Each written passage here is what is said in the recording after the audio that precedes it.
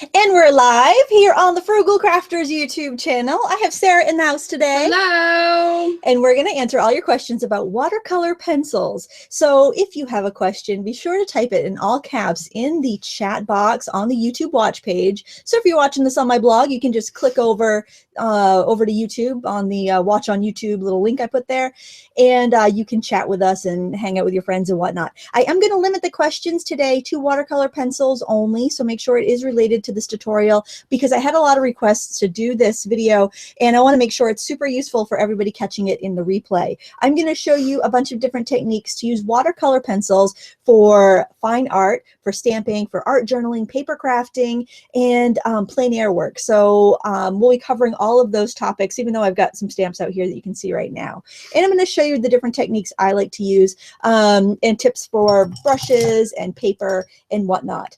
In the video description, you'll find some helpful links, including a link to our sponsor, Jerry's Artorama. And I've linked right to the water-soluble pencil and stick page on their website, so you can find most of the products we're talking about, and they do have the best prices. You can shop around, but I'm pretty sure you'll come back to Jerry's because their prices are usually the lowest.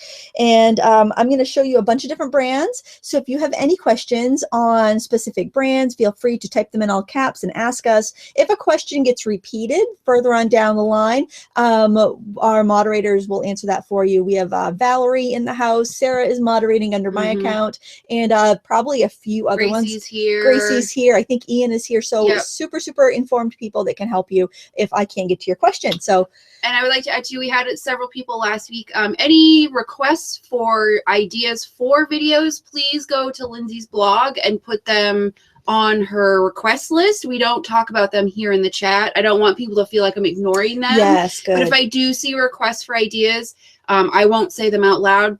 Lindsay has 1,000 other things to try and remember, so the list on her blog is the best way to put in your request for ideas for future videos. Great. Thank you so much, Sarah.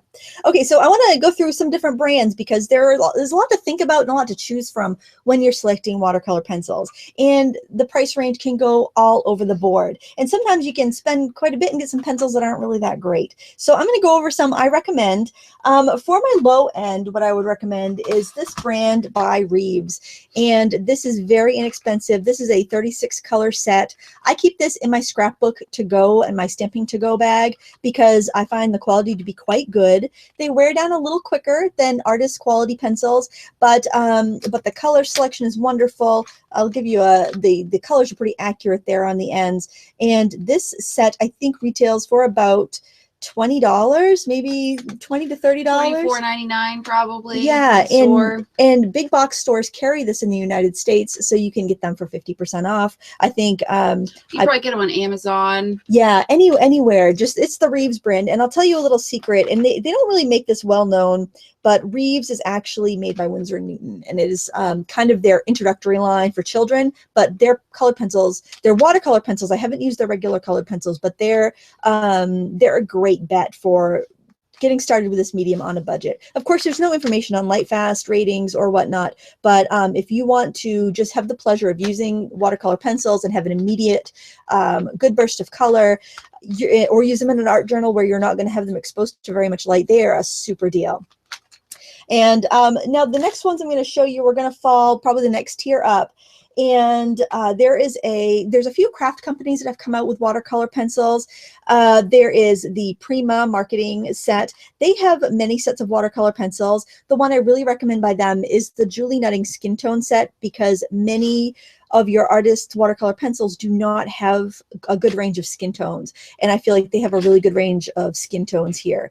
Now, if you notice these pencils, I've put little strips of washi tape on them. And the reason I've done that is because I have all of their sets, and I put a strip of tape to represent what set they're represented in. So the pink or the kind of peachy color here, I have for the Julie Nutting set, but like this set also appears in another set. This one appears in 2 other sets, and so on and so forth. So they have a lot of duplication between their sets. So I would be very careful if you're going to buy more than one set of these to make sure that you're not just buying double pencils, because that really doesn't serve you. It takes a long time to use up a pencil, and ending up with 4 blacks is really just not anything you need. Yeah. And they're the only company that has a range like that where they overlap between different sets like that. So I do want to talk about overlapping in sets with artist quality pencils, but I'll talk about that in a second. So the other craft brand that's out right now, I keep mine on my desk all the time because they're some of my favorites. I'm just going to grab a few out of my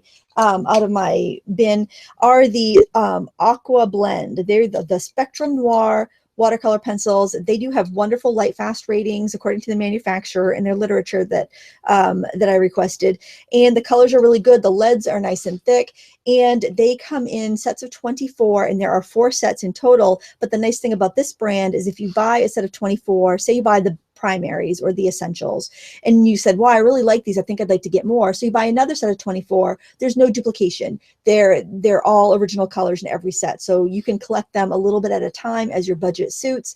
And these retail for $40 for a set of 24, but like Hallmark Scrap will get them for $20. You have to buy these at a craft retailer. They're not going to be found at a fine art retailer at this moment, but that's a great option. The caveat to these is at this time, there is no open stock pencils. So if you use one up or you lose one, you're not going to be able to buy that individual pencil yet. I think they are coming out with individual pencils. They did that with their markers. They started off releasing sets and then came out with individual markers. Oh, and for the replay, I think I'll probably go in and put a time code of when the tutorial part starts so that people that don't want the product information won't have it. But I wanted to make sure you guys had it if you wanted it. And I really like these. They're kind of on my desk, my go-to pencils at the moment. I'm very pleased with them. Now getting into the more expensive artist grades, I have several different brands to show you. I have these Koh-i-Noor Mondulas watercolor pencils. They're kind of my steal of a deal as part of the artist kind of line. And most of the artist pencils, when you get into the artist line, you'll have several advantages. One is that you can buy them open stock. So if you're not sure you want to drop the money on a full set of 12, 24, 36, 72, you can buy individual sticks and see how you like them. And you could buy like 3 or 4 pencils from each brand and decide what you really like and then invest in a set. Because generally when you buy a set versus open stock, which means individual, you save a lot of money. Your pencils could be half the prices they are open stock. So it's something to consider. But the thing with the artist pencils that I want to stress is that they will be duplicated in every set. So if you buy a set of 12, those 12 generally will be in your set of 24. If you buy a set of 48, those 24 will be in that set of 48. So you kind of want to go ahead and buy the largest set you think you want. So after trying a couple Inktense pencils, these are probably one of my favorite water-soluble pencils. I went ahead and I got the entire range. And the reason I like these, they're by the company Derwent, is that they, I'm looking at my monitor backwards. Sorry, guys. I keep wanting to shove it off screen. The thing I really like about these is that they have super intense leads. You can see they're very well loved. And they have very thick cores. I usually use a knife to sharpen mine so that I don't waste any of the lead. They're super bright. The advantage that Inktense has over other pencils, or it might be a disadvantage depending on what you like, is that these are permanent once they're dry. And this is the color range. I swatched them and I stuck them right in the lid. And I recommend doing that with your pencil sets because it can be deceiving what you see on the lid. The colors are going to be much brighter than what you see because they're a transparent color, just like your watercolors in your watercolor palette will look a lot darker than they actually are. So I recommend swatching them and keeping them in your tin, and that way you always have them when you go to use them. So the other advantage of the Inktense, and they're not technically watercolor pencils, they're a water-soluble ink. The other advantage is you can use it on fabric. So if you do art quilting, art journaling, you do any sort of fabric arts, these are going to be the most versatile pencils for you. The other thing I like is if I do a painting, and say I'm painting a fish, and I do a detailed fish, and then I decide that I want to glaze the water over it so it looks like the fish is maybe tipping its nose out to catch a bug, but you see most of it under the water, I can actually color over the fish in the parts I want to look underwater and paint over that, and it's not going to lift the underlying dry Inktense that I already put down. These are also available in blocks, which look like a chalk pastel stick kind of, so you can use it as a pen watercolor or you can sketch with it. They're versatile. I find the pencils to be more useful personally, but both options are there. So that those are among my favorite, but they're technically not watercolor pencil, they're a water-soluble ink, but I like that I can overlay. The downside is that if I make a mistake, I can't scrub it away. I'm stuck with that color once it's dried. So I just wanted to make a note of that. And they're going to be about the same price as the Mondulas, as the Derwent Studio, whereas like the craft brands, these are about 10 or 12 bucks for a pack of 12. They're much cheaper. Now another thing I want to show you here. This is, by the way, the Derwent watercolor line, and this is the older version, which has the gray barrel, but it's the same thing as the newer ones that have come out. But as you can see, I've had this for a long time, and they wear very slowly. This is the color range. You can see compared to the Inktense how they are much softer in color, but still a very pretty range. We had a question about how do you sharpen your pencils with a knife? Sure, I can do that right now. Actually, let me grab one that looks a little wanted to know how you did that, Sure. which is probably because I've learned the hard way with a few pencils in my life. Yeah, that's an excellent. Because sometimes the pencil sharpeners can be very rough on them and they can break your leads. So I just use a regular old craft knife. And then I just grab a little dish. And these dishes are so pretty. I have to give a shout out to my friend Kathy, who bought me this little set of, well, they're measuring cups, but they're super cute little dishes. And I was thinking, are you telling me I should cook more? Because that's not going to happen. But these will go on my desk because they're just so cute. So what you do is just let out, and I like these just because you can snap off the blades and they're very convenient. And I hold the pencil fairly close to the end so that I don't give any extra jarring to it. And I just whittle until I get down to that core.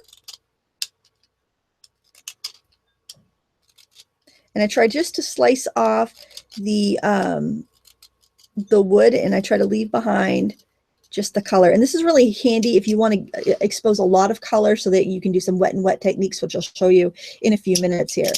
But very simple. And you can get mini versions of these that you can keep right in your travel bag if you're taking these to sketch on the road. And replacement blades for those are also inexpensive. They're not very expensive, so you don't have to worry about being precious with a sharp blade. You can, yes.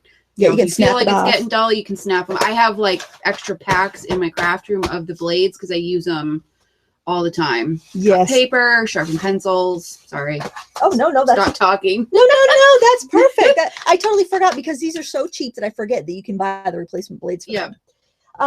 There's also some specialty pencils. Before I talk about the specialty pencils, one brand in particular I do want to highlight is this brand by Faber-Castell. Faber-Castell has a student line and a fine art line, and the student line is the art grip line, and I'm not that impressed with that, but I do love their Albright drawer pencils because I find that these are watercolor pencils, but they are as vivid as the Inktense. They come in 120 colors, and they do represent a really good range. So if you had this, if you're trying to decide whether you're going to go whole hog and you either want the watercolor line in the Inktense line of Derwent, so you're buying those two sets of 72, or you're going to buy this one set of Faber-Castell Albright drawer pencils, I think this would represent that line perfectly. And the Faber-Castell Albright drawer pencils has the additional benefit of being extremely light fast. So if you just want to go out and get the best and you want to buy it once and never think about it again, this would be my pick. It's not in everybody's budget. I hemmed and hawed a lot, and I waited for a good sale and a coupon, and that's when I picked mine up. So just keep that in mind. You can also get these open stock, try a few and see if they're for you. And that's what I recommend before you invest in any of these pencils, is that you go ahead and you try out a few. And that's what I did with the Caran d'Ache super color pencils. They have several artist lines. They have the super color, which are these hexagonal ones here. They have great light fastness, really vivid color. I would rate them about the same as any of the other artist quality pencils I have, but they're expensive. They're over $2 a pencil. And they have the museum, which is $4 a pencil, and those I have not tried those, but those are supposed to be fantastic. Anything Caran d'Ache makes is wonderful. So that would also be another top pick if you wanted to spend the money. I did have another budget pick that I completely forgot about, my friend Marty Owens, and I highly recommend owensart.com. He is also on YouTube under Owens Art, and Marty does a lot of color pencil and watercolor pencil reviews, and I've reviewed this set. He actually just reviewed this set. This is a wonderful beginner set. You can get this very inexpensively. I think I paid about $15 for these 36 colors, and they're nice. I don't know, probably not light fast, but they're definitely on par with the Reeves, and you get a nice little tin if that's important to you. So I just wanted to get that budget one out there, because you can experience all the joy of watercolor pencils with these. You just have to worry about the light fast issue. So then there are other watercolor pencils, and this is a 101. This is supposed to be everything you want to know. So excuse me if I'm going a little too much into the product, but I just want you to know what's available. There's also specialty ones. This is a metallic water soluble pencil. You know, don't drill too much, because they're actually very underwhelming. Because are they? They are very underwhelming. So I swatched them out in black and white. They look great when you first put them on, but as soon as you add water to them, they lose their shimmer on dark, and they lose their shimmer on white. They just leave behind a little bit of a colored residue. And this is the only derwent product that I have not been over the moon for. So I just want to warn you on those. I found them to be very expensive and not to really deliver much. I would recommend a metallic water soluble pastel or a metallic watercolor crayon instead, because you get much more bang for your buck. Even like a gelato or something like that, or metallic watercolors even, you could add over your drawing, would be a much better investment. Well, yeah, because the metallic ones that you got me for my birthday are great. Like I played with those, like just doing washes and stuff, and it leaves a nice shimmer, but it's not overwhelming. Yes, and those are fantastic. Those were the Niji ones, and they're very affordable. They also make a pencil, and these won't be for everyone, but I actually really enjoyed these. These are graphitint. And the nice thing about them, if you like to draw, is that they have graphite, water-soluble graphite, and color all together. So you get these beautiful soft marine kind of colors. And I just think they're really beautiful. They're not a pow-in-your-face color. So if you don't like that, then avoid these. But if you want something kind of for soft sketching, they're just lovely. I think they'd be pretty to take to a life drawing class when you're sketching the human body. I just think they're such a beautiful range, or also for like plein air marine landscapes. So the other thing I want to mention, because not everybody is going to want a pencil, is that you can also get woodless pencils, and then they have positives and negatives. The positive being that you're able to use everything you're paying for. So you've got a solid stick of color. There are a couple of brands that I have, and unfortunately the brand I like the most is discontinued, and that was in that silver tin I just had. What did I do with that? Is it buried underneath? Oh, it's buried. Here we go. So there's a couple different brands, and when I found out that this brand was getting discontinued, I went and bought every color I didn't have at Jerry's. Jerry's only has a few colors left of this, but these are the Aquatone. These are kind of like a step between a watercolor crayon and a watercolor pencil. They're firmer than a crayon, but they release a lot more color than these Create a Color Aqua monoliths do. And these are still available. They have a range of 72 colors. They're a very hard stick of water-soluble color, kind of like a watercolor pan, but harder. And I found that, I think because of the humidity where I live, maybe the extreme conditions between summer and winter, I would say they're stored in an area that goes between 50 degrees and 70 degrees. I've had a lot of splitting and cracking with these, so I am hesitant to recommend these just because of that. I've had them a long time, but I've just noticed in the last couple of years that they're kind of deteriorating, but I haven't had any trouble with the Aquatones. But the techniques I'm going to show you today can be adapted to whatever you have. And of course, I mentioned the Inktense blocks, which are, a solid stick of color like the Aquatones. So consider that when you're buying, like how much of the product you can actually use. So now I'm going to go over some techniques, and as we go, if you have questions, don't forget to type them in all caps. And whenever I take a breath, Sarah will ask me a question. Well, let's see. I'm getting back. We have some questions. I'm getting up to the. I'm a spec. What is the difference between water soluble pencils and watercolor pencils? They're this one and the same. Water soluble pencils will refer to any pencil that is water soluble, whether it's a graphite pencil or an ink pencil, whereas watercolor pencils actually have like a watercolor pigment and binder in there. So I will talk a little bit about what's in a pencil. You've got your pigment that gives it the color. You have a binder, that's what holds it together. It's usually probably some like gum arabic in there, and then you may have a filler that also kind of helps it keep its shape. A student grade pencil is going to have more filler, and a artist grade pencil is going to have more pigment. The other thing that they need to add to these is a wetting agent. It's kind of like a detergent. And I noticed when I first tried Prismacolor watercolor pencils, they felt soapy to me. Like I would color with them and you'd almost see like little bubbles on there. So there's a detergent in there that makes a pigment kind of release and wet a little bit better. So you'll just need to find the balance of those properties that you like most. That's why I recommend getting a couple colors in each brand, different colors. They'll all work well together. And then you can decide what you want to invest more in. So the first technique I want to show you is probably the most common technique, and that would be to use a dry pencil on dry paper. So I think I'll just start by, let's draw like a little flower petal. It doesn't really matter what you use. You know what? These are discontinued, so I'll just go ahead and use these aqua monoliths here. Oops. Sarah's phone just went off. That's not a big deal. And I'm going to start just by drawing. I put it on airplane mode. My bad. That's all right. I'm going to draw a little flower here. I'll just do like a little dogwood flower. Teresa Gonzalez, mixing different brands of pencils is not a problem. Right. Not a problem at all. Was that a question or was that a statement? Yes, it was a question. Not a problem. They all play nice together. Some brands might tell you don't mix them because they want you to buy their exclusive products, but it's absolutely no problem. So you can sketch on.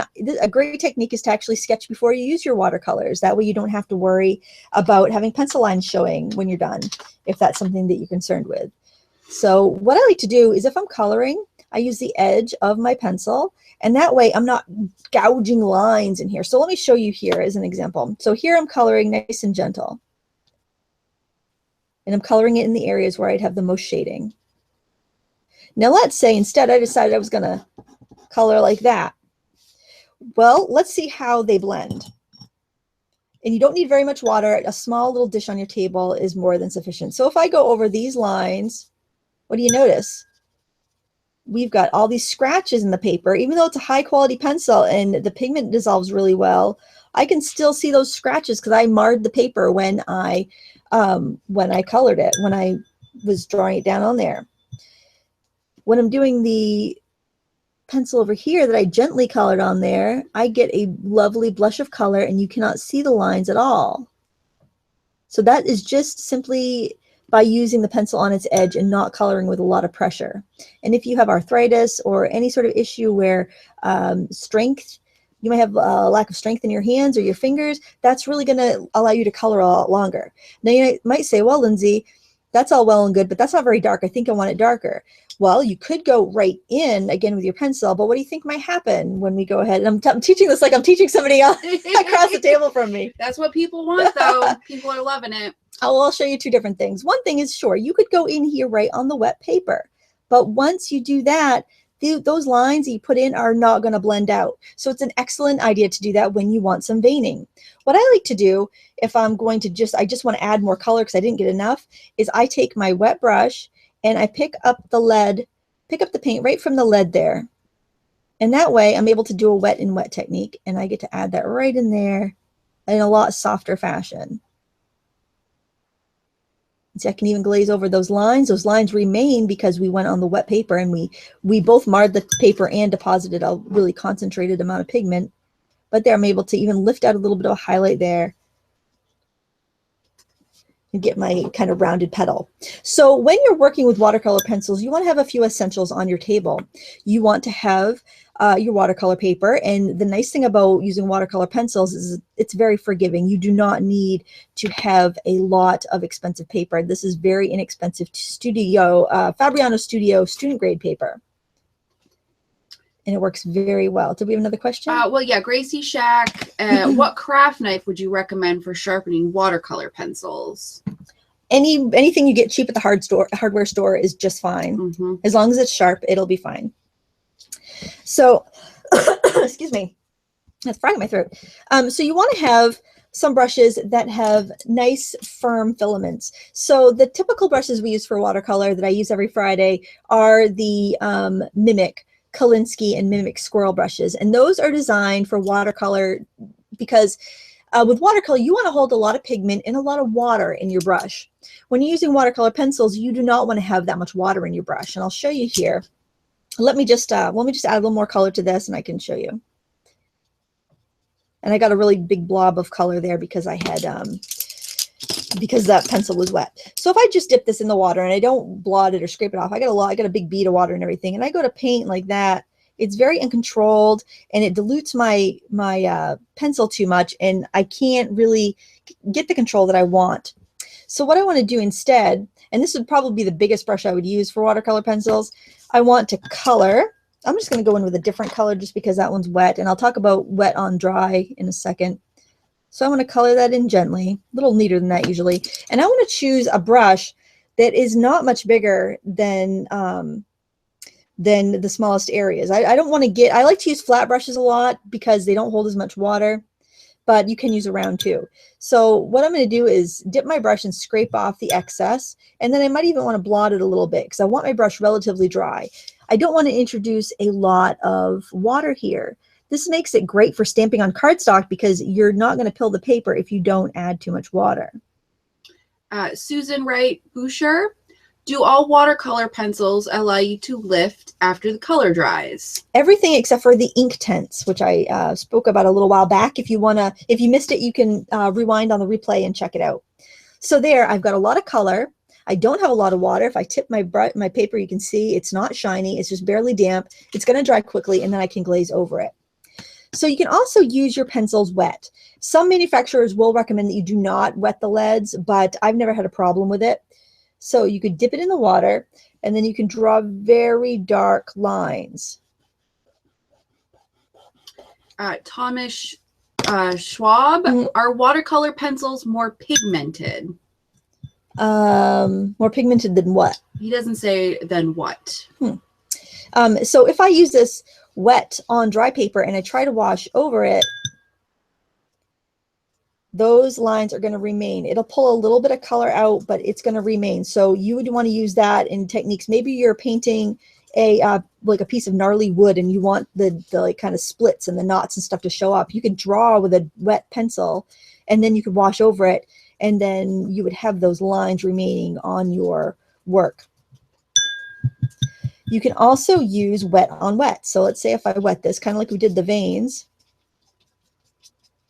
then you can use your wet or your dry paper pencil right on that, and it really pulls out a lot of color. Sometimes though, it'll actually let the color build up on the tip, and it can be a little, you'll end up with little like deposits, kind of like that. And then when you go in to wet them, you'll end up with more color than you might have bargained for,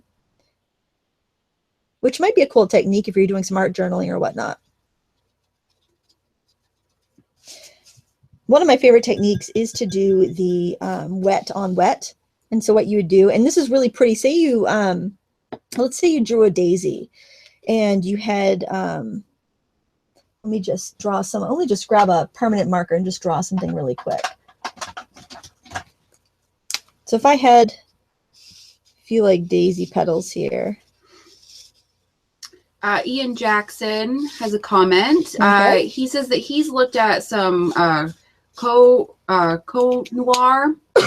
yeah, Progresso Aquarelle woodless watercolor pencils that are as good as the Derwent Aquarelle. Wonderful. So that's another option for people if they are interested in the woodless. Oh, good. I didn't know they made that Koh-i-Noor made a woodless. That's great, because these mandulas are Koh-i-Noor as well. Starshine Soldier, do you recommend blending watercolor pencils with brushes or colorless blenders? Well, we'll get to that. For us on cardstock, I recommend the colorless blender, but for paper, I recommend using a brush. And we have 358 people watching us right now. That's awesome. Thank you, guys. See, people wanted the watercolor pencil tutorial. Is so cool. So let's say you're painting, especially a white flower or something you really want to highlight your focal object. So you're doing some negative painting. You're painting around it. So what you want to do is wet the area, and then you want to grab whatever color you plan on using. Let's try this blue because I've exposed quite a bit of the lead there when I sharpened it. Now you don't have to worry about how much water you're using. You can really pick up a lot, and you can have that brush really wet because you want your pigment to flow.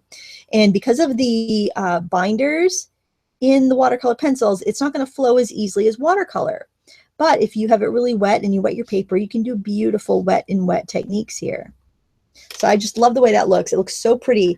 Like if you stamped an image, you could do that around your stamped image, and it could be such a beautiful effect.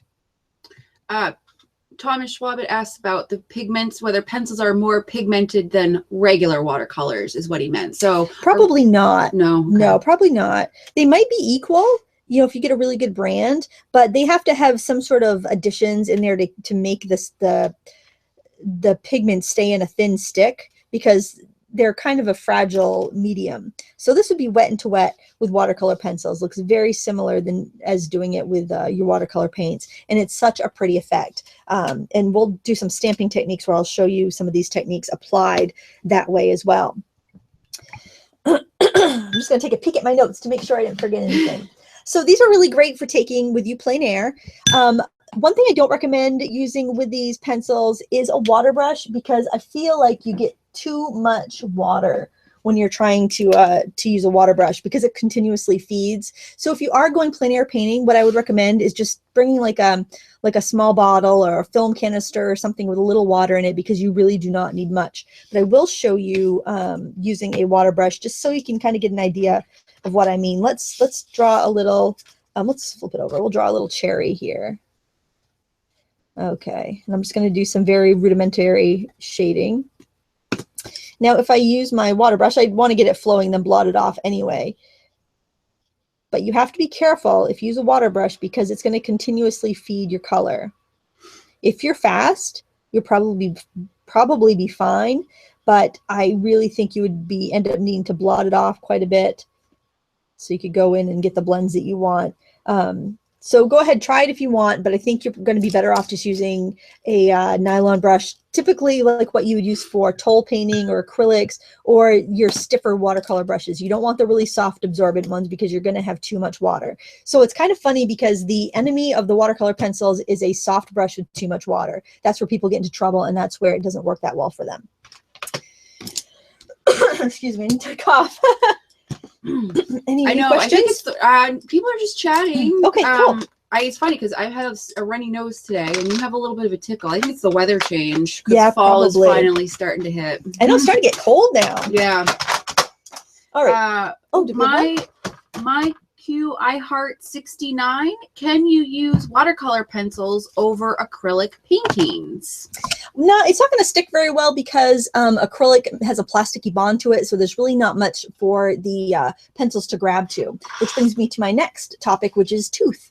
So watercolor paper comes in different finishes. You have hot press, which is smooth. I think of hot press as having a hot iron that's ironed out my paper, and that's why it's smooth. There's cold press, also referred to as knot, and that paper has a little bit of a texture, and I'm not sure if the camera will pick it up, but this has a little bit of texture. Now, this is not hot press, but it feels like it. This is the Canson XL watercolor paper. It's quite a smooth finish. This is a Fabriano Studio. These are both very affordable papers. This is a more rough surface, cold press, and then you have actual rough paper. I think generally for watercolor pencils, you're going to want the hot press or a smoother cold press, just because there's going to be too many hills and valleys on the paper that your pencils are going to want to skip. So I probably wouldn't recommend the rough, just because it's going to be a little more difficult to work on. And if you're stamping, you're going to want a hot press, or just, the Canson XL, which happens to be a little smoother. But I would recommend you practice with whatever you have. Now, also when you're stamping, sometimes you're going to be working on cardstock, because maybe you don't have watercolor paper, or maybe a friend stamped you out some images that you want to color. And that's fine. If you're using cardstock, you'll want to use a product called a blender pen. And this is basically a marker that has water and glycerin in it instead of a colored ink. And what that does is it glides across your paper and is smooth and helps you blend. And I'll kind of show you. I can show you on this. This I stamped earlier with a waterproof ink. So if you're using watercolor pencils, you want to use a waterproof ink. Ranger Archival is very easy to find. You can, I think Jerry's even carries it with a re-inker, I'm pretty sure. If not, your craft store will probably have it. Stampin' Up! Makes 3 colors of waterproof ink: basic gray, basic black, and I think chocolate chip, or they used to. They may have changed, but those used to be their waterproof colors. And you want to just give it sufficient time to dry. There's also an ink pad called Stays On. I personally don't care for that very much, but it would work because it is waterproof. So when you're applying color, this is watercolor paper, but let's say it's cardstock, because it's going to be pretty much the same for all intents and purposes. And this is a stamp by Rubbernecker, which is a really fun rubber stamp company. I'm just going to look for I got my little reference here. This is what it looks like. Colored. Stamps. Yeah, they have great watercolor stamps too. And I'm going to show you a watercolor technique with those stamps in a moment. But I'm going to go in and I'm just going to very gently color. Kim Ryan, is there a gouache equivalent to watercolor pencils? You know, watercolor pencils generally are a little more gouache. They're going to be a little bit more opaque. Gouache. That's a good word. Gouache. Watercolor crayons actually are really close to gouache, and I recommend Lyra or Caran d'Ache watercolor crayons. Probably these aquatones would be a little bit more like gouache, but they're still pretty firm. They're very highly pigmented. The only bad thing about these is they're hard to find because they've been discontinued. I don't know what they were thinking discontinuing these things. They're so pretty, so wonderful. So again, just color gently. And you can just, it doesn't matter what brand you're using. I just have these out because I'm going to use these for a specific technique in a minute, just because they're a little bit easier. And you can go ahead and shade while you're at it. Gracie Shack is asking about the Aqua Blend watercolor pencils. Have you tried them? Yes, I showed them at the beginning of the video. I really like them. I couldn't remember if you had or not. Yeah, they're the new ones. They're more, you're going to find those at craft companies like Hallmark Scrapbook or Simon Says Stamp. They are wonderful, actually. I'm really impressed with them. They don't seem like something a craft company would come out with. So I'm just doing a couple different shades of brown there. And you can go ahead. I recommend when you're going to do like coloring with watercolor pencils, whether you're sketching out a brand new work of art, like you're planning your sketching or doing any sort of drawing, to do it on dry paper and get all the color in you want right off the bat. Because once you start adding water, you will probably not want to go back in with your pencils or you'll end up with some awkward hard lines. So now I'm going to go in with my small flat brushes. You can use rounds. I just find the flats to be very useful. They don't hold quite as much water, and I seem to be less likely to have a bead slip down and ruin my picture.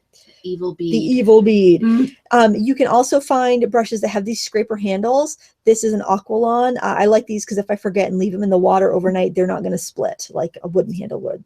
These Ebony Splendors are very affordable at Jerry's Artorama. They're one of their house brands, so they're super affordable. They don't have the aquarelle handle, but just don't leave them in the water. And I find if I keep a little dish like this, I just can't leave them in the water because they'll kind of fall out. So that helps me kind of, yeah, it keeps me honest. So you dip, scrape off the excess. If you have a large area to cover, that's probably fine. But if you're going into something small, you will want to blot it once. And then I like to use small circular strokes with my brush to loosen up that pigment and spread it around. And you can see it releases quite easily. And your pigments should release easily unless you've colored them hard on the paper. There's some brands that, a lot of store brands for watercolor pencils really often aren't very good. They're kind of done with the cheapest materials and they're meant for children. And unfortunately, that kind of turns a lot of people off from watercolor pencils. So if you do want an affordable brand, the Reeves or the Fantasia brand, or even the Primas, they can get you started at a low price point. You're definitely better off having a couple good ones, like a set of 12 good ones and a set of 48 ones that aren't very good, because you're just going to get frustrated. And now I'm looking at this and I say, gee, I wish I had some more darker colors here. While this is still wet, it's going to be a very easy time for me to wet my brush. I'm going to wipe off any extra. I don't want any extra here because I'm not doing a wet to wet wash. I just want to get kind of like a little bit of a paste of color. And I'm loading it up in my brush and I just want to bring that up. Hopefully you can see that blue on the tip of my brush. It's a transparent medium, so you're not going to see too much, but hopefully that gives you an idea. And I can go in and I can add with the chisel edge of my brush. So I'm just getting a fine line. I can go in and add some details and some shadows. And this ties in, Johan Gockel, how do you avoid your colors getting muddy when layering with watercolor pencils? Well, think of your color friends. I look at the color wheel and I think the people standing next to each other, just like if you were standing in line at school, you'd stand next to your friends. And those colors in the color wheel stand next to their friends. So if I used Like if I used a darker blue, which would be next to it in the color wheel, I wouldn't get mud. Even if I used a green, I wouldn't get mud. If I used a purple, I wouldn't get mud because they're color friends. They're next to each other. So think of your color friends when you're layering, or just do the same color on top like I did here. Just by going in again with this same exact color, I am glazing on a layer and adding a little bit more intensity. And there's no mud because it's the same exact color. There's nothing to give me a muddy mix. Baxter's Mama Marcy. Hi, Lindsay. Would you suggest watercolor pencils for the watercolor effect for adult coloring books rather than regular watercolors? Oh, absolutely. And I would recommend one of those little pens. And oh yeah, that's right. I was going to show you these pens. So these are wonderful. Tombow makes them if you're looking to buy. And just see, you just color with them. It's got like the perfect amount of water and glycerin. Tombow makes a good one. My favorite are these Stampin' Up ones. You have to have a Stampin' Up demonstrator to order them from. You can actually order them from the website without a demonstrator, but you pay a little bit more, which is kind of a bummer. But if anyone needs a demonstrator, my friend Wendy Cranford is a great one. You can go to loveandstampin.com and go to her website, and she has great fun ideas too. But I like that because you're just adding enough, and that's it. You're not adding enough water to kill the paper, so you can do this on cardstock, but you're adding just enough to move it. Now, I let my kids use these ones, and we use watercolor crayons, which have a lot more pigment, a lot of looser pigment in them. And these were completely clogged and filthy and gross. So what I did, instead of tossing them, is I washed them with water, rinsed them under the sink, washed them until all the pigment came out, and then I just put a little glycerin in like a little dish like that and left them soaking in the glycerin overnight, and it soaked up a lot of glycerin. All you had to do was wipe off any excess, and it was good as new. So I have never had to throw one of these away, and some of these I have are 15 years old, and they're just fantastic. So these are really wonderful to have because they don't pill your cardstock. Perfect for adult coloring books. Valerie Connell. Lindsay, did you check out the Karen Dosh Creative Arts palette I posted for watercolor pencils? I couldn't get your links to work. The photos to your Google Plus page, I think, that you sent, I couldn't open them up. But I heard about the palette, and it looks fantastic. So you would like scribble your pencils or whatnot on this like toothy plastic palette, and then you could take them with you. I think that's a fantastic idea. That is cool. Yeah. So let's say we want to do a background on this because it's pretty, but it could use a little something, something. And I think maybe some sunset colors would be really pretty. Someone would like to see the blender that you used before. Yep. See that again. Right there. Tombow and Stampin' Up both make one. I prefer the Stampin' Up one because it has 2 brush ends. The Tombow has a brush end and a bullet end. But so for adult coloring books, you may prefer to have the bullet and the brush. But I find the brush tip does have a nice fine point on it. But there's that. So I'm just going in and re-wetting this because it might have dried while we were having our technical difficulties. Sorry about that, guys. You guys are so great for sticking around and helping us out through that. That's so good. Okay, so I'm going to start off with this yellow, and because I'm using my brush wet, I'm not going to hold this right over my work in case it drips and spills. So you can see I've got it's almost the consistency of like whole milk. Ugh. And you could actually use a tile. I've got a little tile here. Let me just put those back in. Actually, I'll slide over too a little bit and see if that helps sound-wise. Sorry, Chewy. Don't run over the dog. Try not to run over. Yeah, there, so that might help. I'm a little angled more towards the laptop. Make myself a little palette there. You could use a little ceramic dish or plastic packaging or a stamp block, whatever you have. White stamp block, that's a good idea. Yeah, and white is really easy to see, so that makes it kind of easy. Put a piece of white paper behind your stamp block. You can see here how opaque the watercolor pencils can be. And you can do this with anything. I just think with the woodless pencil, I wouldn't have to stop and resharpen or anything. So it's just a little convenient while I'm doing the video. And I can add water like this, just like I would on my watercolor palette, to get the look of a watercolor. So that's how you do it if you're out plein air painting and you don't want to bring your watercolor paints, or maybe you're new and you mainly want it for stamping. You want to maybe play with watercolor, but you're not sure if you want to invest in that. This is such a great way to do it. I'm going to grab some of that pink and I'm going to mix on my tile.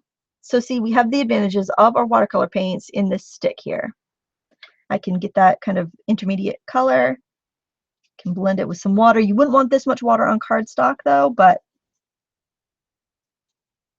Ian Jackson says for toning watercolor Something I do for toning watercolor pencil paintings is dip a Derwent graphitone pencil in water and draws with that. Oh, that's a good idea.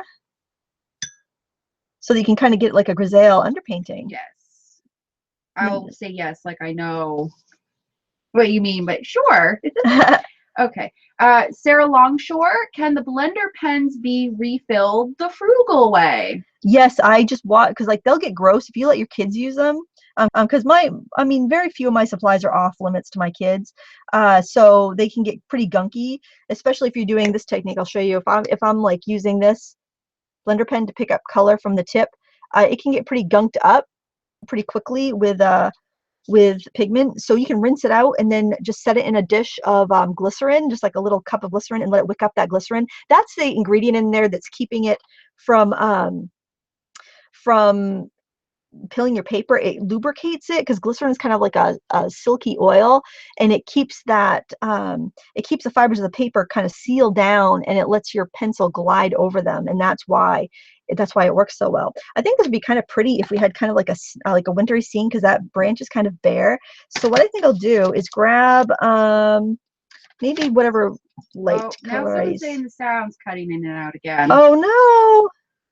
Oh boy, what's going on? I shut my phone off. It's on airplane mode, so it's not me sucking up bandwidth. It shouldn't be. There shouldn't be a bandwidth issue. Can we try plugging the microphone back in? Yeah, I can switch microphones again. Please excuse this brief interruption. I'm going to change microphones, and hopefully that will help.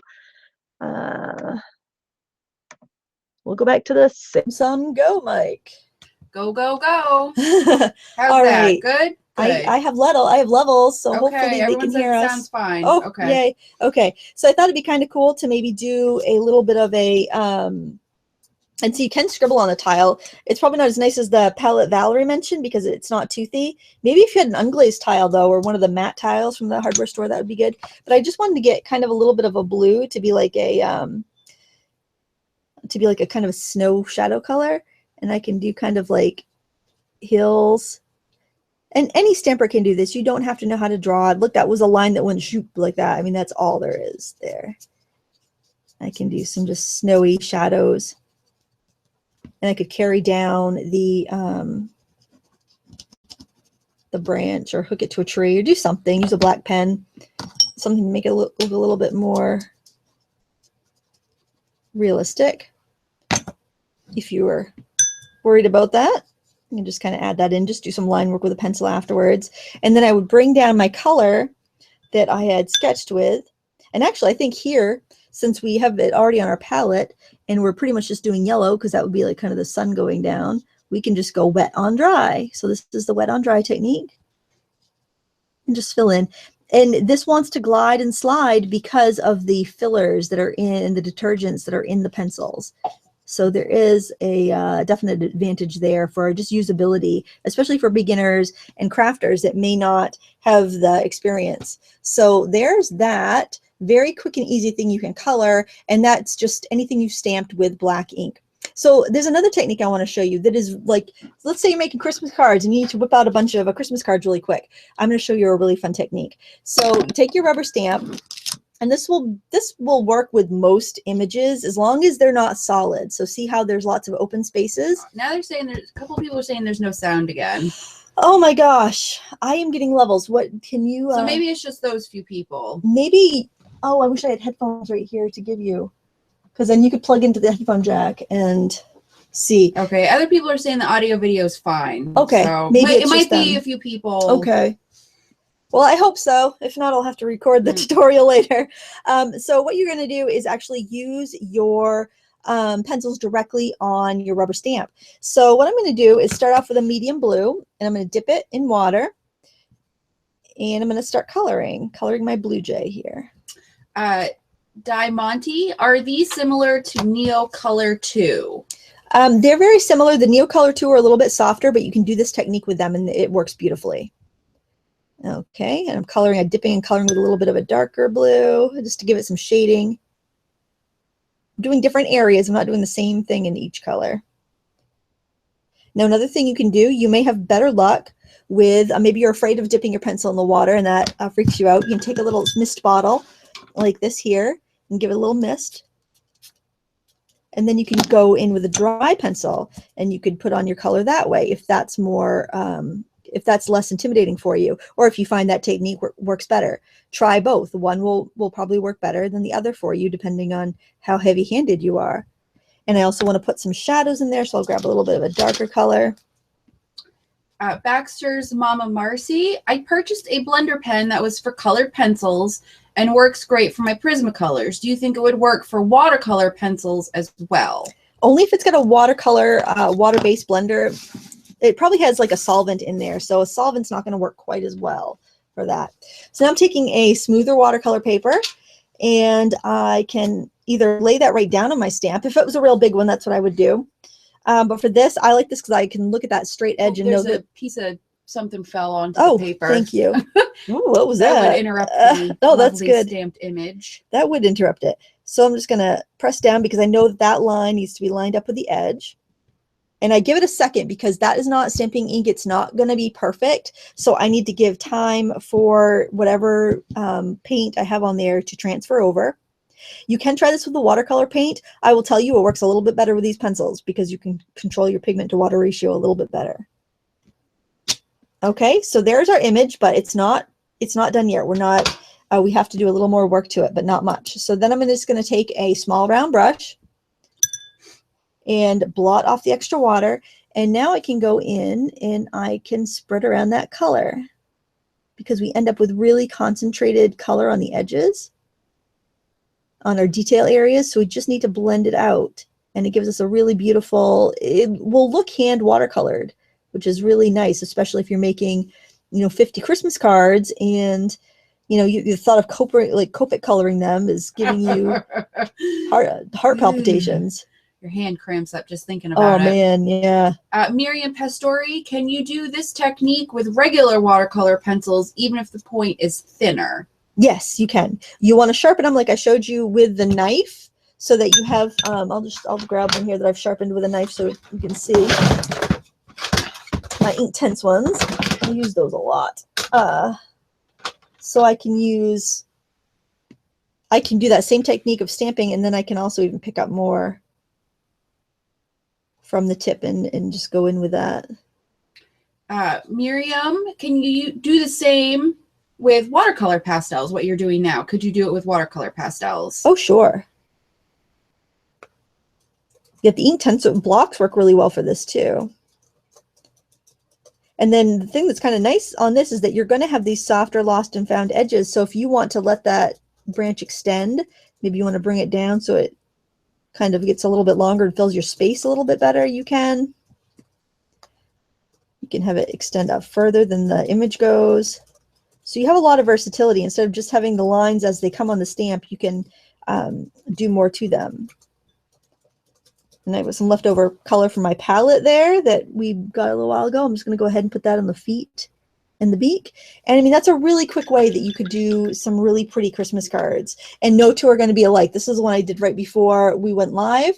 And, each one's going to be a little different depending on the colors I use and whether I spray it or whether I dip my pencil. And there's just a lot of variables, which I think kind of makes it fun.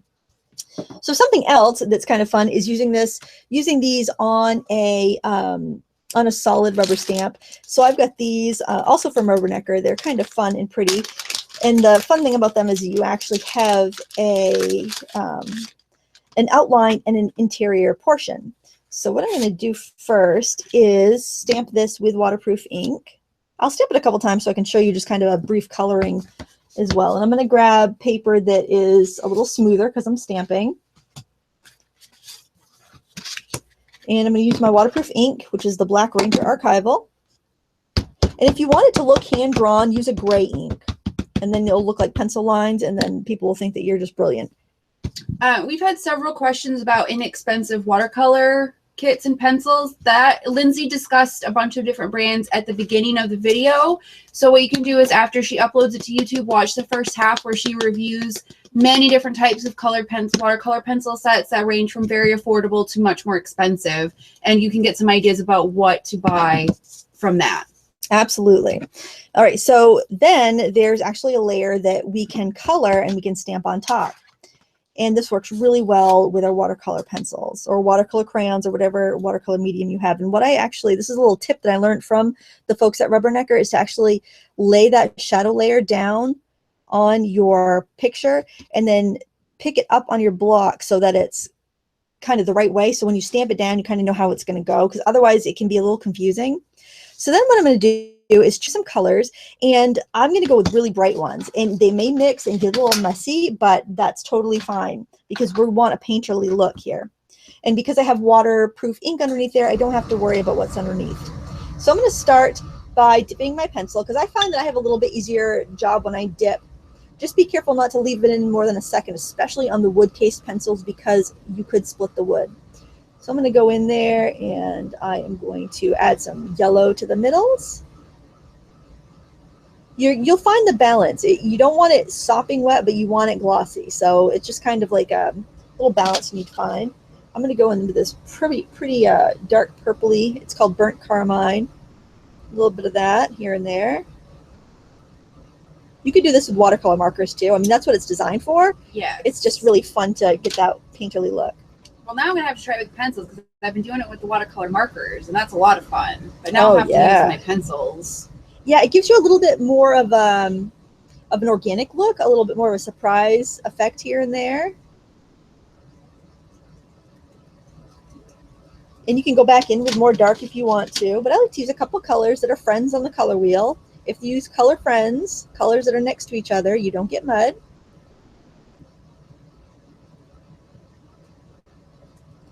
And then maybe just a really dark vivid purple, just to give it a little punch. And the fun thing about this is you can actually do this a couple times usually. So, and maybe just a little bit more in the center, maybe a little orange in the center. Okay, so I can go right ahead and stamp it like this. If I don't feel like it's very shiny, then I can go in and add spritz it with a little water. But this looks pretty shiny. I'm just touching the little areas which I think don't look very shiny, just to make sure that the color is going to flow. See how it's glossy?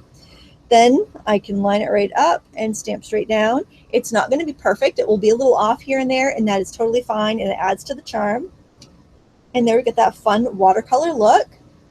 Now, if I want to do it again, because I'm doing Christmas cards, birthday invitations, and I got a bazillion of these to do, I think what did I do with the one I stamped? I just stamped another one. I don't know where I put it. Oh no.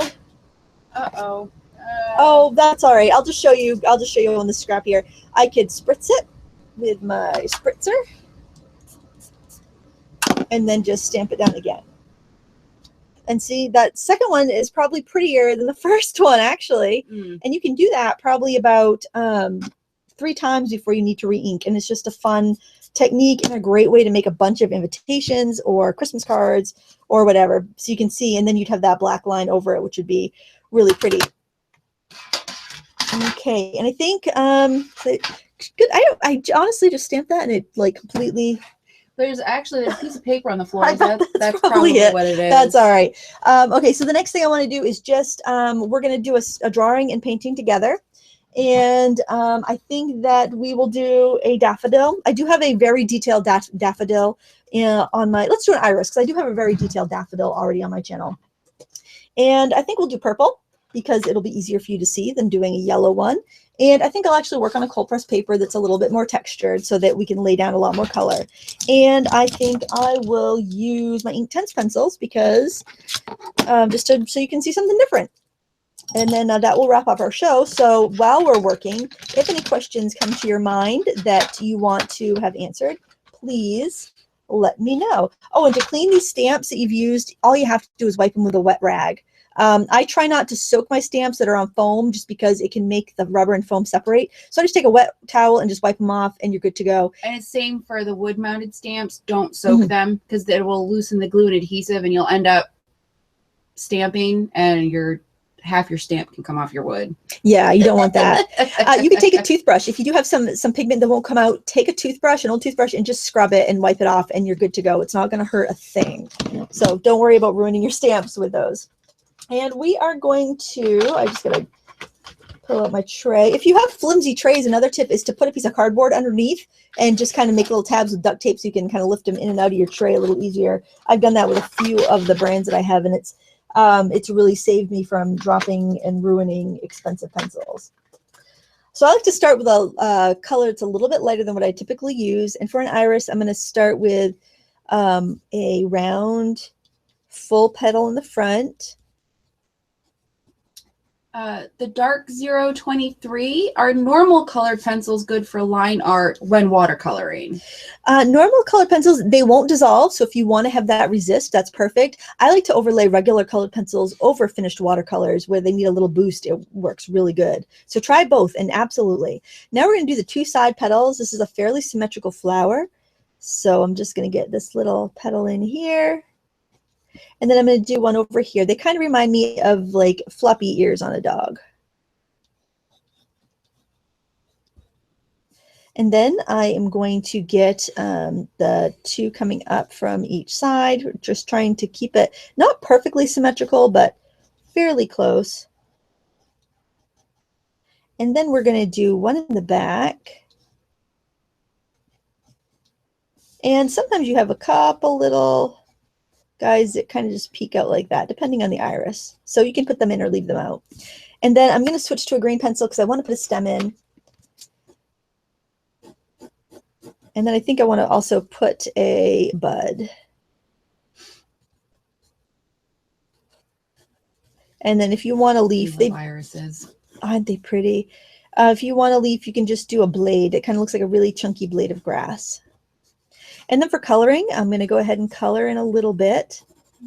And you can see here on this paper, because it's a rougher paper, it's a cold press. You see how I'm coloring, you see the dips. If this was a rough paper, you would see like kind of almost half paper and half color because it would be skipping over all of the crevices. And I'm going to add a little bit of this purple in here.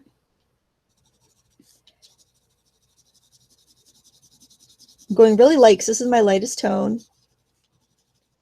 Oh, and I want to leave a little room for a beard. So I'm going to go ahead with this yellow and put a little beard on the sides there, a little bit in there. So we can kind of work around that. We don't want to put the purple right on the yellow or we're going to get mud because the yellow and purple are not color friends. They're color opposites or complementary colors.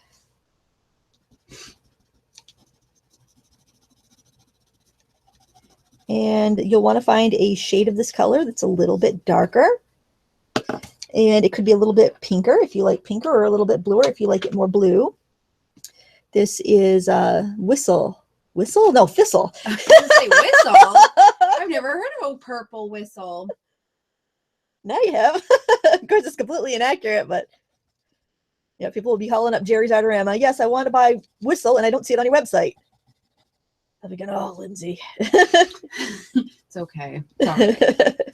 Why do we sponsor her again? No. Nothing but trouble. Kobe Ozias, can you get a nice stained glass window look with pencils, and any tips for it? Or would markers or regular watercolors be better? I think any of those choices would be wonderful. Just depends on what you want to what you prefer using, really.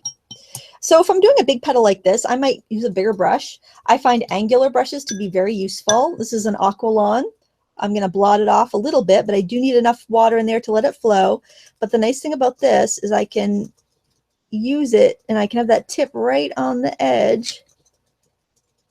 And I can kind of wiggle in little veining and stuff as I'm going. Don't forget to turn your paper. Now, one thing you may have noticed is that I have not had to clip or tape anything down today because we're not using so much water that it is making us have to. It's not warping our paper. Even this is 90-pound studio paper. It's not warping.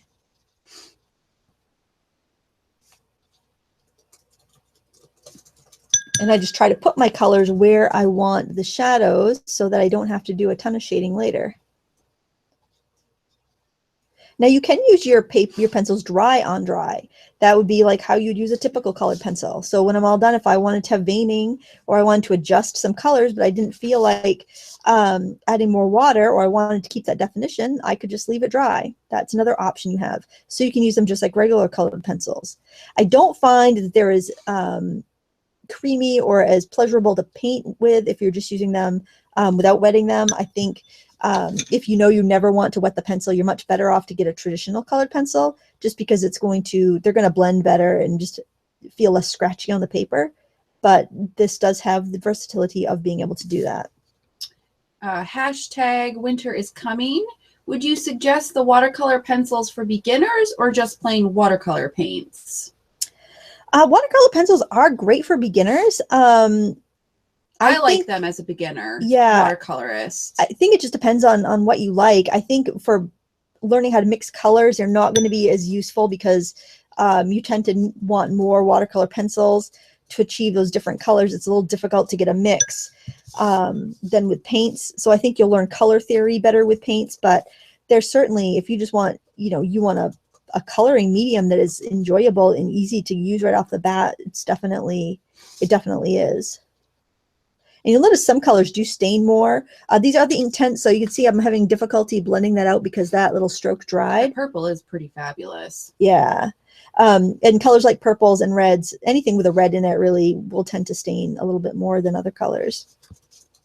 And I can go ahead with the same big brush while I'm still working and dissolve this. You were typing up a storm over there, Sarah. Well, there's been a few questions that people are asking that you've already answered, so I'm just sure. And I'm thinking to myself, my God, I've picked up so much information. Like I can answer some basics, and Valerie is getting a lot of them too, so that's helpful, and Ian is helping, so that's great. Oh, and I want to let you know, Valerie Connell is a fabulous moderator. She also has a wonderful YouTube channel. She does a lot of wood burning, and if you are interested in that craft, as well as other arts, you should really check her out. If you hover over any of your friends' names in the chat, you will be able to both subscribe to their channels and visit their channels, or even just like bookmark them for later. Because not only is she a super helpful moderator, she's a talented artist as well. And you guys make friends in the chat, and that's one way you can keep up with your friends if they have YouTube channels as well, and share the love, because there's so much wonderful art on YouTube. Let it drown out all the awful stuff on YouTube. Terrible. Baxter's mommy Marcy loves your water bowls. Oh, thank you. Joanne Creamer, if you were doing a big background, would you want to tape it down? If I was doing a big background, I would do my first wash is watercolor. Okay. I generally, that's probably the disadvantage of watercolor pencils. Personally, I don't like to use them if I'm going to go over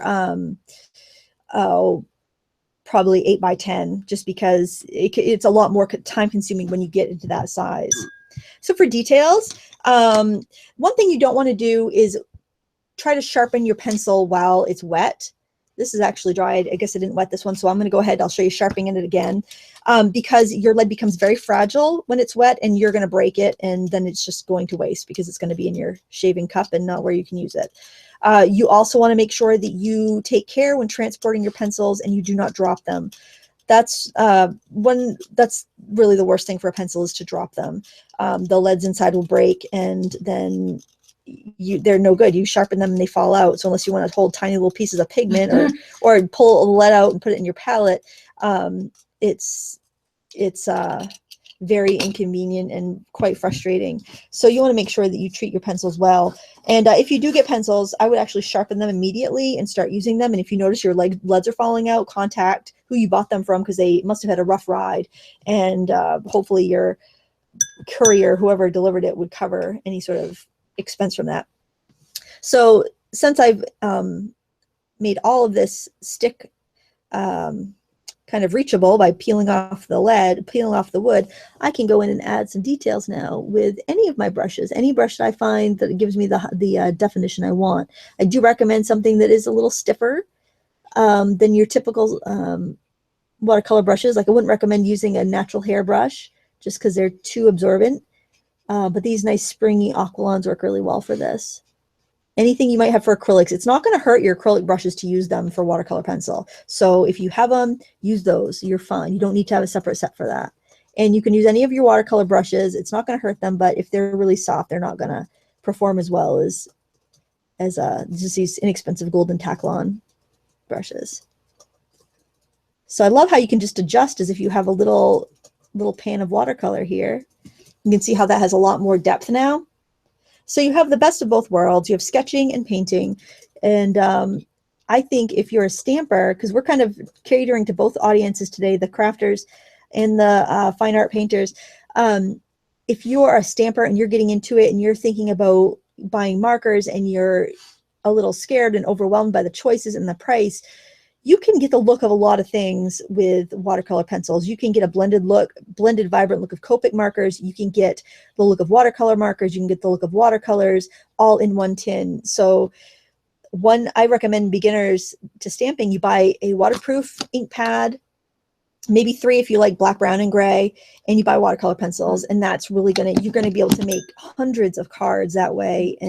And Ranger does make the larger ink pads in the archival waterproof ink. So if you have larger stamps. Oh yeah. Because I have the big one. Yep. That's what I have because I had a coupon and got it at AC nice. Moore. So I paid, $5 and some change for it. So nice. And then the refills are $7 or $8 on Amazon. Yeah, get a refill. You definitely want a refill. I refill mine probably once a year, and I put probably a quarter to half of a bottle in there. But these do have raised pads, so if you are using a larger stamp, you can ink up a full stamp with that. Even with their actually, I'm not sure if they make mini ones in the archival, but I don't know. But you can do a full stamp with that. They're not out there. Yeah. There was also a brand, I'm not sure if they're still out there, Ancient Page, which did dewdrops. They'll do like a round set that would have 8 different colors in it, and that was waterproof. That was a really nice paint. And I think I'll just show you. I'll try to do all the techniques in this just so you guys can see it. Schwa was asking about lifting watercolor pencils. You can, except I'm using Inktense, so I don't think I'll be able to lift the colors, but you do it the same way. Get a stiffer brush, probably stiffer than this, and just scrub and blot. And this didn't lift because I'm using Inktense, and that, once it's dry, is permanent, but you definitely can with your traditional watercolor. I can show you on this, actually, this stamped one that I did. And I'll show you a couple different things. So let's say I'm looking at this, I'm like, oh, gee, I wish that blended better. Well, I take my brush, just a little damp, and I can spread that around. And I do have a link in the video description to Rubbernecker if you're interested in these stamps. They're awfully nice people. They're not sponsoring, they're just wicked nice. And I can spread that around. And let's say I said, oh, that's too dark. I wish I didn't do that so dark. So what I'm going to do is I'm going to paint over that with clear water. I'm going to kick up that pigment and blot and lift. There it is. Bye-bye. See? Bye-bye. It's bye-bye. Bye-bye. Have a nice day. Bye-bye. Bye-bye, pigment. I wonder if anyone's old enough to get that reference. Bye-bye. Oh, yeah, definitely. And I'll show you again the pencil on wet. So the dry pencil on wet. I'll just re-wet this here because it already did dry on me. So if you want some of those really harsh, deep lines, you can go in and you can get those like veiny lines just by using your dry pencil on a wet area. And those are not going to dissolve out. Generally, even with your cheapest watercolor pencils, they dissolve really, that don't grab the paper too much. If you're going on wet paper, they will hold true on there. You might be able to soften them a little bit right off the bat, but they're going to be permanent in there. And a wet and wet background, which is a great way to highlight something. We'll do yellow just to make our purple flower stand out. You want to start off by wetting an area, and I would just recommend wetting a section at a time because you just can't work quite as fast with the pencils as you can with a pan of watercolors. So I'm just going to wet an area. And I'm not going to add pigment all the way to the edge. I just have to have a nice wet area to work into. And actually, I think I'll take a lighter yellow for this. Molly Williams, what is the best way to clean water brushes? They stain, and the stains do not bother me. I just wipe them on I squeeze out water and wipe them on a rag or rinse them in a bucket. I could do a couple colors if I wanted to. Like maybe I want to add a little green to that. So I've wet all the way out to here, so I don't have to worry about the hard edges so much. So I can do colors, blending the colors. Gracie Shack, what watercolor pencils do you recommend for my classes with the elderly? She does the classes at the nursing home, the art classes. Well, you might just like anytime I'm doing classes, I'm quite careful. I probably wouldn't bring out my most expensive, because if someone dropped them by accident, then they're kind of toast. So I'd probably recommend like the Reeves. They're going to give you good quality. They're going to perform really well, but they're not expensive. And if somebody drops one or loses one, then you're not out a lot of money. So that would probably be my pick for any sort of classroom use, I think, unless the students are buying their own supplies and they can pick what meets their budget and their needs best. So just kind of do section by section. You could even throw in some of that purple. I think this color might be pink enough that it will just not turn muddy. Let's try. Yeah, that's bright enough that it doesn't turn too muddy. It's a little muddy, but add some of that on there too. Mud. Sorry. Good old Rick Charette. So if you have any more questions as I finish up this background, go ahead and ask me. And that's pretty much going to be it today. I hope I have opened your eyes to watercolor pencils, and I hope you've learned the different techniques you can do with them. And if you have any other techniques that I didn't mention and you want to go ahead and leave them in the comments after the video is after we go off air, then that would be there for everybody else to see, which would be really helpful.